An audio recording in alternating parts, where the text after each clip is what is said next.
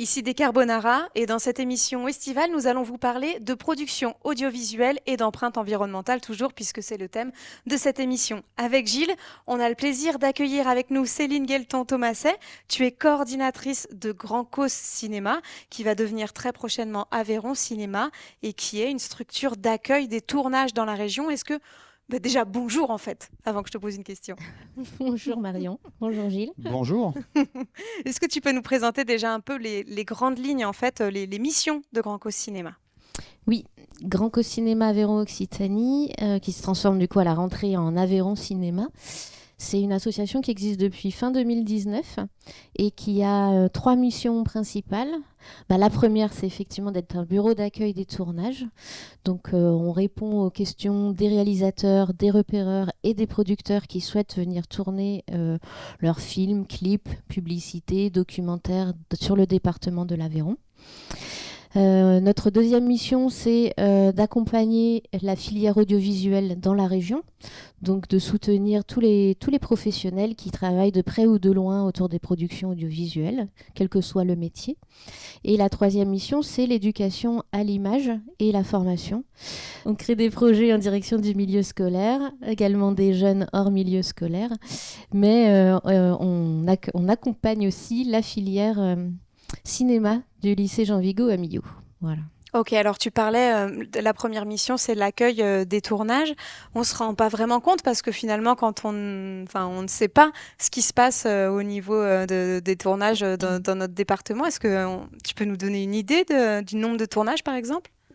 Oui, parce que c'est une activité qui est assez réalisée en amont, en fait. Nous, en tant que bureau d'accueil des tournages, on travaille avec les producteurs et les repéreurs 1 an ou 1 an et demi avant, en fait, l'arrivée vraiment du tournage, puisque c'est le moment où ils ont besoin d'ancrer leur production sur le territoire et de tout préparer aussi financièrement.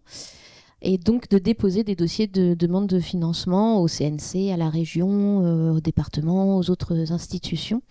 Donc c'est souvent avant en fait l'accueil de tournage. Certains projets ne se réalisent pas ou mettent vraiment beaucoup de temps à se réaliser.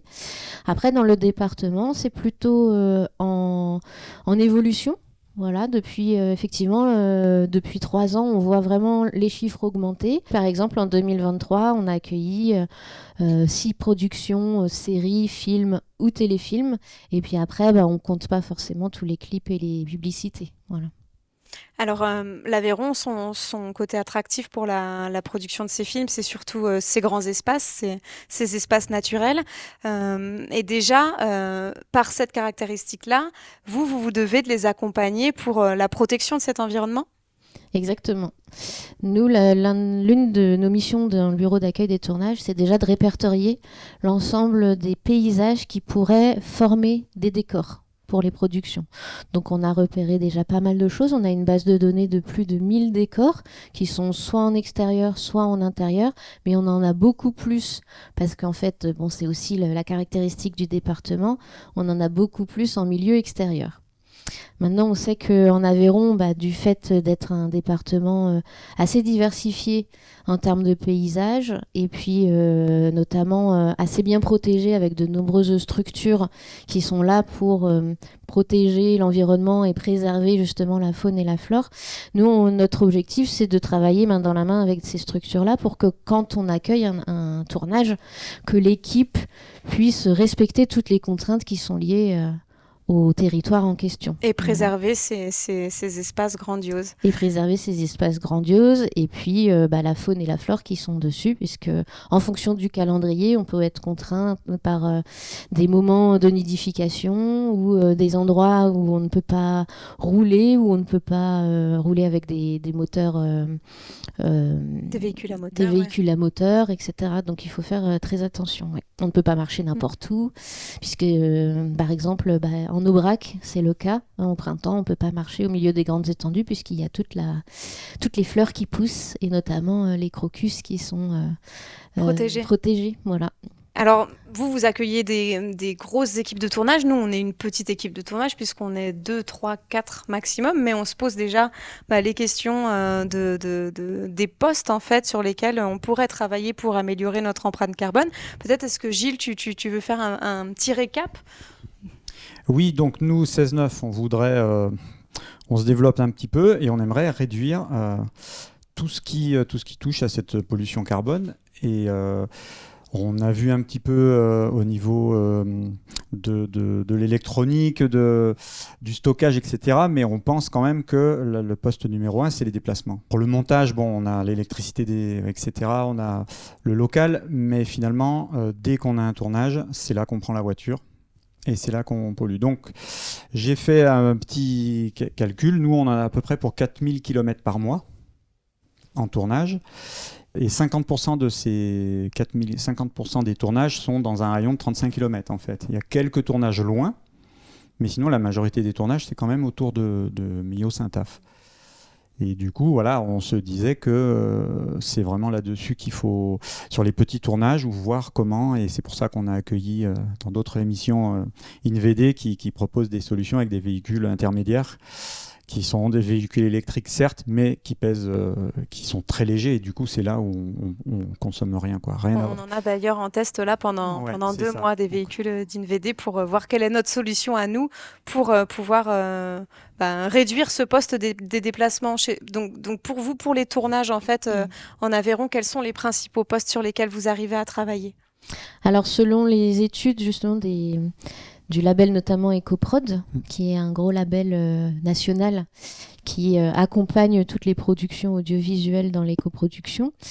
Le premier poste en fait le plus énergivore, qui a un plus gros impact, c'est le décor.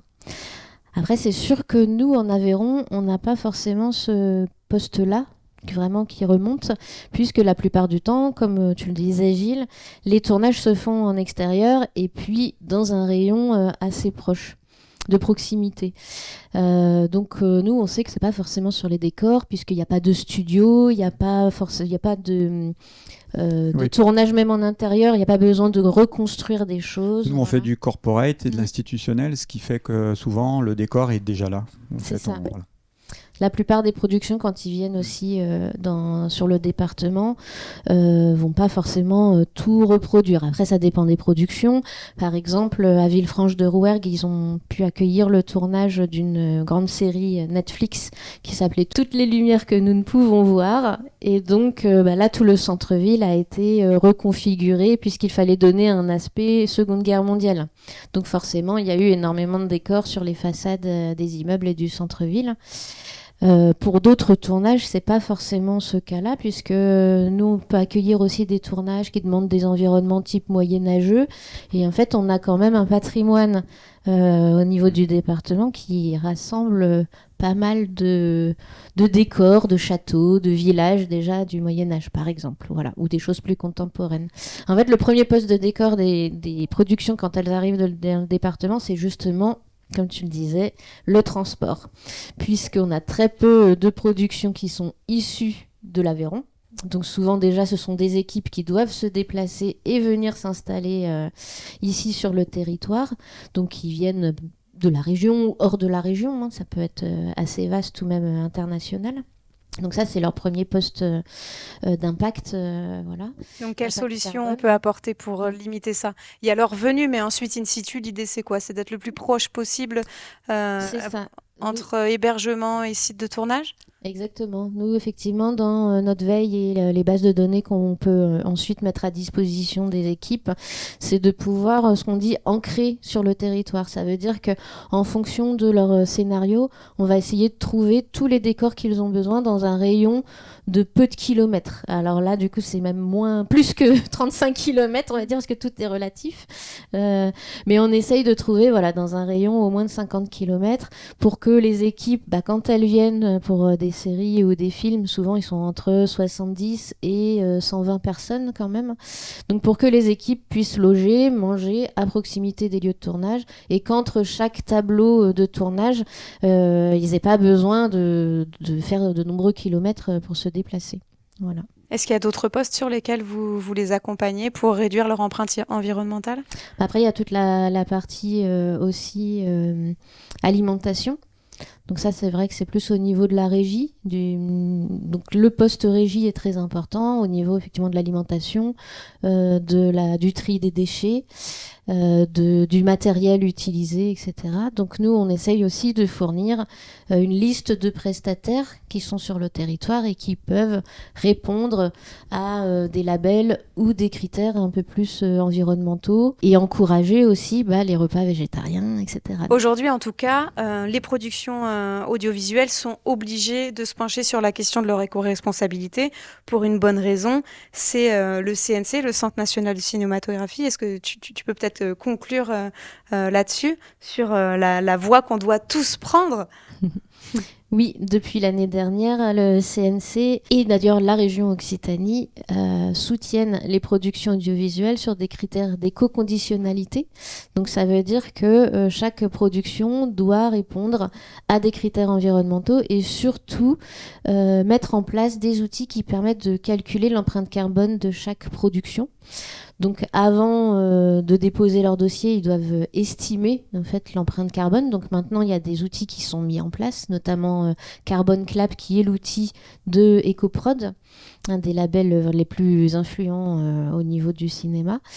Donc ça permet d'estimer déjà toute l'empreinte carbone de la production audiovisuelle. Et après, pour obtenir l'aide, il faut fournir l'empreinte réelle qui a été utilisé par le tournage en question. Voilà. Et une petite question, est-ce que nous, ça vaut le coup qu'on ait ce label pour une petite boîte de production de 4 personnes comme 16-9, ça vaut le coup d'être EcoProd, labellisé EcoProd? Moi, je pense que tout un chacun peut s'y mettre, puisque c'est quand même quelque chose aujourd'hui dans toutes les activités et de cinéma et de culturel et au quotidien. Il faut qu'on tende quand même vers une réduction de notre impact. Donc, je pense qu'une petite boîte, une grosse boîte, n'importe qui peut s'inscrire à ce label et essayer de faire le maximum des actions qu'ils peuvent faire. Oui. EcoProd, c'est parti. Merci Céline. À bientôt sur Décarbonara.